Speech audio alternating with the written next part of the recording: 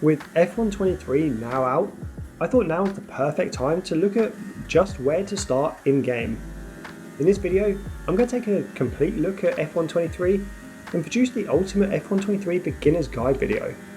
I'll try to cover all aspects such as setting up controllers and wheels, to how to go about getting faster, where to practice, what assist to use, and all the different game modes, those sort of things.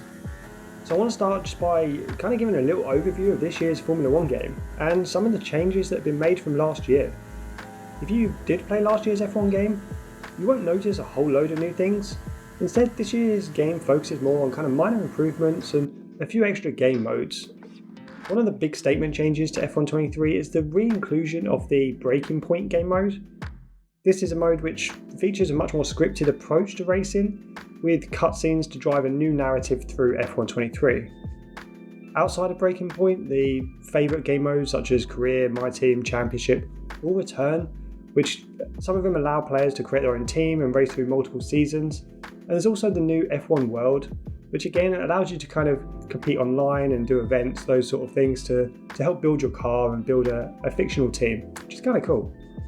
But one of the really big changes in F123, there are two new tracks. We've got Las Vegas and we've got Losail in Qatar. Both of these are new additions to the 2023 Formula 1 calendar, and both have been pretty well recreated in F123. We also see some favourite tracks returning despite not being on the official calendar. We've got Paul Ricard in France, Shanghai in China, and Portimao in Portugal. All of these don't appear on this year's actual calendar, but do appear in-game, which is a nice touch. One of the other big changes are to the overall driving physics. Codemasters F1 games have always been a balance between arcade and simulation, which allows them to kind of cater for the widest range of players.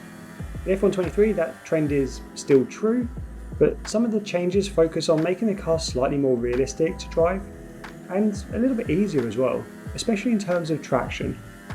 Last year's game saw many players struggling to apply the throttle as traction levels at low speed were incredibly low. This led to race starts and slow corners in particular being incredibly tricky to navigate. This year, I'm happy to report that traction is easier to find, and it allows race starts to be easier to manage and allows for more consistent levels of traction throughout a race. While the driving physics have been updated to make the driving more realistic, there have also been some minor changes to how car setups work. Rather than completely overhauling the car setup system, these are just small adjustments. These include updating the values which you can choose from when tuning your car in F123. You now have finer controls over the adjustments that you can make to your suspension, your ride height and your tyres. While these changes don't drastically affect much, they do allow for finer levels of control over certain areas, so we should see a little bit more variety in car setups. But now that overview's out of the way, let's see exactly where to start. If you're jumping into F123 for the very first time, I'd highly recommend getting acclimatized to the main features of this year's game. These include choosing some settings to make the game more enjoyable and adjusting your difficulty, which I'll discuss a little bit later in this video. Next, I'd highly recommend heading out on track in a practice or a time trial session to start to get used to the gameplay. Ultimately, you'll be spending the majority of your time on track in F123, and this is where most of the fun can be had. So becoming acclimatized with how the cars handle should be where the majority of your focus is during your first few play sessions and first few hours with the game. I'd recommend using the assists available to really ease you into the gameplay loop.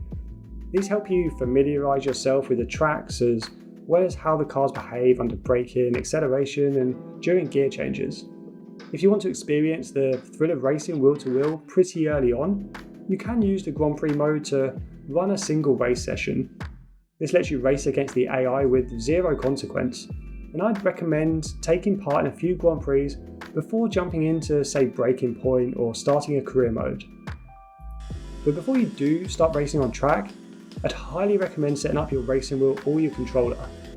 A well-configured wheel or controller will make controlling the cars much easier and make your F123 experience much more comfortable. I've created some videos already for the best controller and the best wheel settings and how to actually set them up, and I'll link them in the description below. If you're unsure of which setting affects your wheel or controller in a certain way, I'd recommend simply copying our settings or our recommendations, and then as you progress you can tweak them to fit your own personal preference. Ultimately, when deciding between a controller and a racing wheel, there are quite a few considerations. Obviously a racing wheel is much more expensive and it takes up space, plus you need somewhere to mount it and potentially somewhere to store it. But if you do opt for a racing wheel, you'll have higher levels of immersion and you also get more control because there is much sort of larger range of movement compared to a simple trigger or an analog stick. But despite this, you can still be incredibly quick with a controller in F123, meaning you should really choose whichever you prefer and whichever will give you more enjoyment. Now, one of the biggest decisions you'll have to make when you first start F123 is which AI difficulty you should run. Choosing your AI difficulty will ultimately change the overall difficulty of the game and can make races much more enjoyable. If you set the difficulty too high, you'll struggle to keep pace with the cars around you and find yourself further back on the grid. Set it too low and the game will become too easy and the enjoyment of winning every single race by a whole lap and lapping the field may start to wear off over time. Ideally, you'll want to set the AI difficulty to just a little bit higher than your ultimate pace. This will allow the cars around you to really challenge you for position, and it will also push yourself to keep up and battle with the cars on your track, which will be improving your own pace and make you a faster driver over time. But the big question is, how do you find the perfect difficulty right away? Now, I always recommend jumping into a Grand Prix session with a one-shot qualifying mode. I'd recommend to stick the AI on 75% difficulty and participate in just this one-shot qualifying. It's important when you do this to set the car's performance to equal performance while choosing your car, as this will make driving a Williams the exact same speed as driving a Mercedes or a Red Bull, so it'll give you a truer outcome. After you've put in your qualifying lap, simply see where you are on the grid. The lap times you'll see will be the AI's ultimate one lap pace, so this makes for a great comparison. If you find yourselves towards the front of the pack or really far ahead, you should consider upgrading the difficulty a touch, but if you qualify towards the rear, you can also lower it a little bit. I'd recommend adjusting in the difficulty in increments of about 10 until you find a rough setting that works for you. Then you can further fine tune it from there. Now, as a general rule of thumb, to prevent lots of back and forth and changing, around most tracks, there is about a 10-second difference between the slowest AI difficulty and the fastest, and every 10 to 15 increment on the difficulty will make the AI around a second faster or a second slower. And this general rule can be applied to changing your difficulty. If, for example, you're 1 second off the pace, then you can lower the difficulty by around 10 to 15 points. Of course, this is a loose general rule of thumb and there isn't the exact 1 second to 10 points of difficulty correlation, but it's there or thereabouts. Once you've found a difficulty where you can lap consistently with the AI, you can then move on to a testing phase. And I'd recommend running a few 5-lap races at some different tracks to see how you stack up against the AI on your chosen difficulty. While testing, you can adjust the AI difficulty between races until you really find a setting you're comfortable with. Remember, always try to set the AI difficulty just a little bit higher than your current skill level, as this will allow you to push yourself and improve your overall speed. Now, a key part of feeling familiar and comfortable with F123 is to choose the correct driving assists. These will make the cars easier to drive, and it will also help you learn the tracks faster. Driver assists such as braking and steering assist should really be turned off, as these interfere too much with the overall gameplay. Assists such as ABS, traction control and automatic gears are all great to get you started in F123 without making the car too difficult to control straight away. Another fantastic assist which I'll always recommend, especially if it's the first time at a new track, is the dynamic racing line. This will show you where to position your car and when to brake and accelerate around each track. This is fantastic for quickly learning the braking zones and racing line at each track. Over time, I'd recommend lowering or disabling assists such as ABS and traction control, as doing so will give you greater levels of control over your car and make you a better driver overall. And it can also allow you to find extra speed and lap time. But there should be absolutely no rush to disable assists in F123 too quickly, as if you do, you can cause some extra frustration and make the game harder than it needs to be. As you become more comfortable in F123, then you should start gradually lowering the number of assists you're using. Now, as I said earlier, one of the biggest things you'll be doing in F123 is actually racing on track. So practicing is really important. And it should be one of the biggest things you're doing during the first few hours with F123. I would highly recommend using the time trial mode to practice different car and track combinations. Time trial mode provides the perfect racing conditions with low fuel, optimal tyre temperatures and track temperatures, giving you the best scenario to really push the car and learn its characteristics. Grand Prix mode and short races are also very valuable as there are no consequences to restarting or crashing or finishing at the back, so you can really use this mode as a test bed for racing wheel to wheel with other cars. One great tip is to follow a car during a race or practice session to learn where they brake and accelerate. This allows you to learn where they're faster than you and is one of the quickest ways to actually improve your lap time, as you can see a direct comparison between yourself and the car directly ahead of you. Now, once you've kind of progressed out of Grand Prix mode, F123 has a huge range of game modes for you to participate in. You've got quick races, you've got full championships, and even in-depth RPG-like modes such as My Team or the new F1 World. This variety of game modes allows players to pick and choose their own experience and how they spend their time in F123.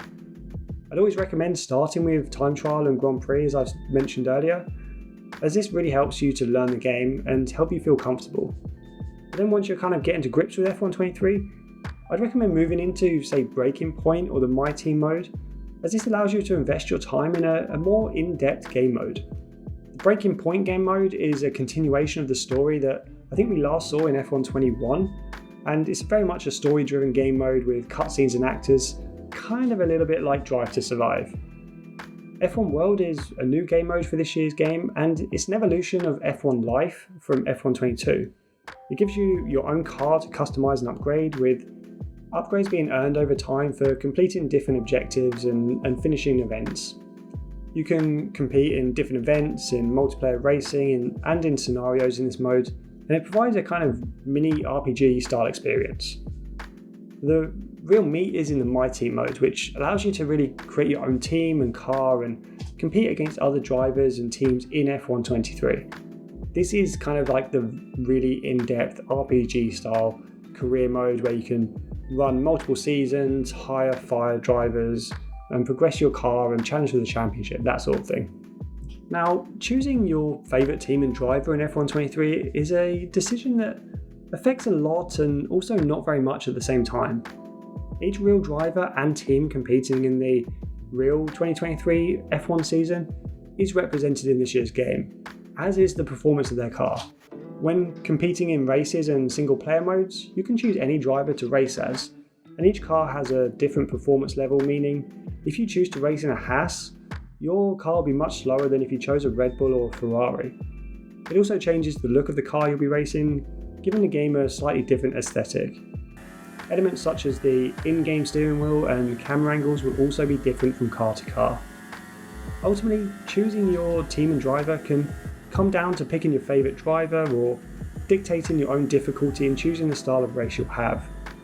Racing as Max Verstappen in a Red Bull can have you competing at the front of the grid, while choosing to race in a Williams will lower your car's performance and have you racing against the cars towards the back of the pack. While your first few hours in F123 should be focused more on learning how the car behaves, as you progress you may want to start dabbling with car setups.